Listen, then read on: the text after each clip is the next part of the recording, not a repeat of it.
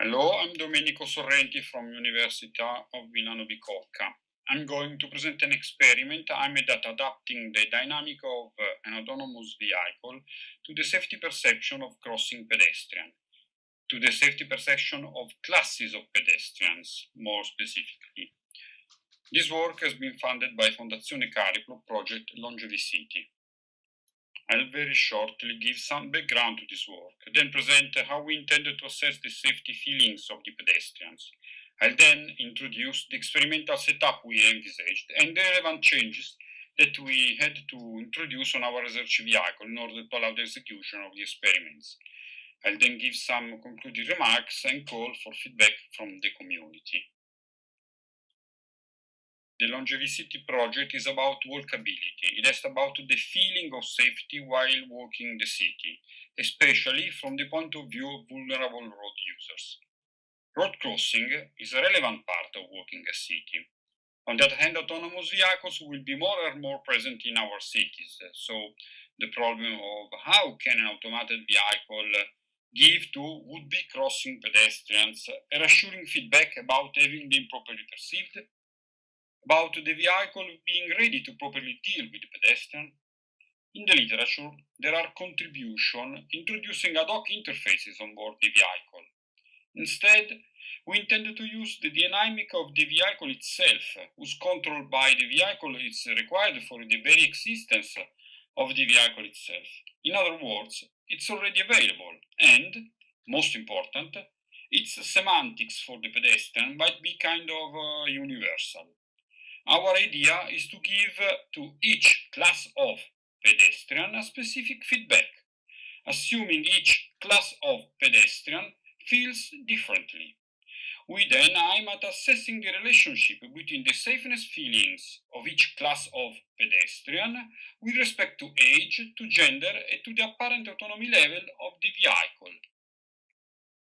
The goal of this investigation is to define adaptive dynamic behaviors of self-driving robot cars with respect to different classes of pedestrians characterized in terms of their safety perception. To do so, we propose to assess the subjective perception by measuring the affective state of pedestrians. This is done by means of psychometric questionnaires and physiological data. Physiological data means for us photoelectric plethysmography, the measurement of the electrical conductivity of derma, muscle motion, and body motion. The idea here is to validate by means of the questionnaires the inference about the affective state of the pedestrian from the physiological data. The experimental activity will deal with the collection and the analysis of the data from single crossings.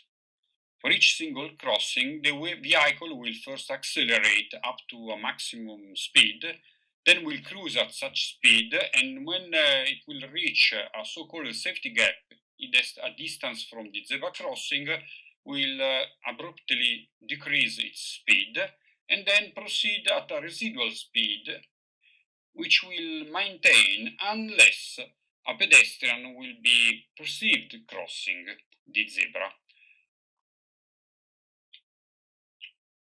Besides the size of the safety gap, we will test the appearance of the vehicle. An autonomous vehicle will have a person in the passenger seat, which will be apparently looking at a book, while a person will be sitting at the driver position with the hands on the wheel and looking at the pedestrian if we will make the vehicle appear human-driven.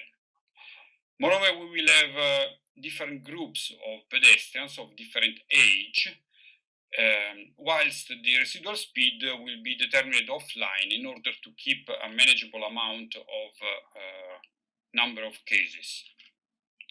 In this experiment, only 3 sensors are used, the 2 front right and front left LiDAR for obstacle detection, and then one of the front forward-looking cameras, which is used for giving redundancy to the obstacle detection by having the images displayed in a hidden display to the person sitting in the passenger seat when the vehicle is apparently an automated vehicle.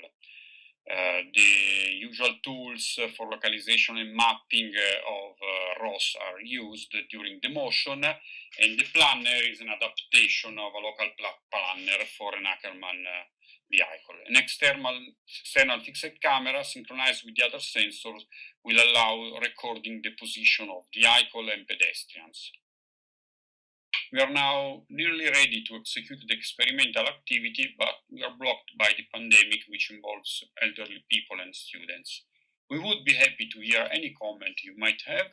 Do not hesitate to contact me or any of my co-authors. Thank you very much for your attention. Thank you very much for your pre-recorded presentation. If anyone has questions, Professor Sorrenti is here connected live with us.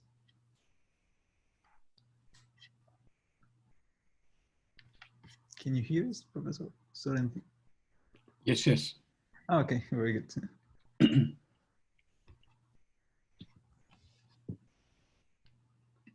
It seems not so intriguing for the audience. No, I guess it is. I was quite interested in where do you plan to do this kind of experiment? Do you have permissions to do it at some specific? Yes, we have an area in our campus which is not a public road, and we will perform the experiment there by painting the zebra crossing on the asphalt. It's a parking lot. Okay, so you plan to do these experiments with some volunteers that you recruit for the specific experiments and not with general public, I guess. Yes, we will, let's say our research group will ask people passing by and students of the university for the young adults class.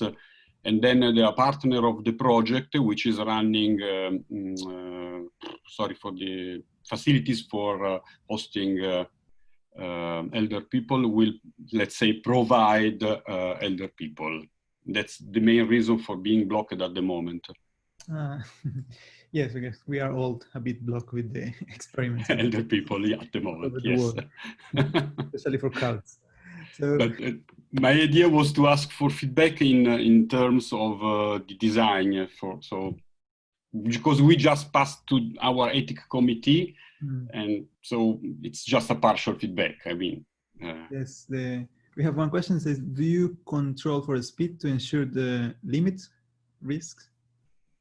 Sorry, do you control the speed? Do you mean? How do you control? Do you control for the speed to ensure the limit the risks? We have a double redundancy for the obstacle detection. So in a sense, the speed is controlled by the programmed path, but then the risk, it comes when the person is crossing and the vehicle won't stop. So we have the automatic obstacle detection plus the possibility of manual intervention from the person on the passenger seat. Okay. One comment. I don't know whether I replied.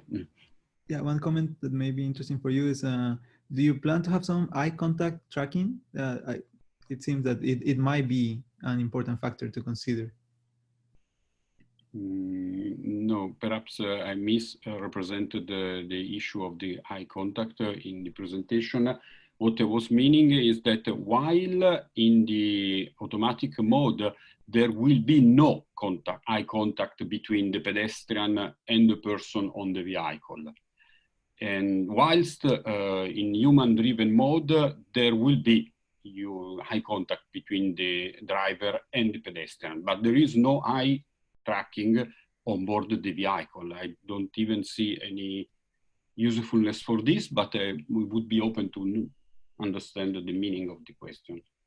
Okay, so what is there are this a few more icon? Questions, but we have to move on to the next talk. So we can keep in the loop here in the chat. Okay. You have more questions. I hope you can address them directly in the chat. Okay. Thank you very much for your presentation. And then we move to the next speaker.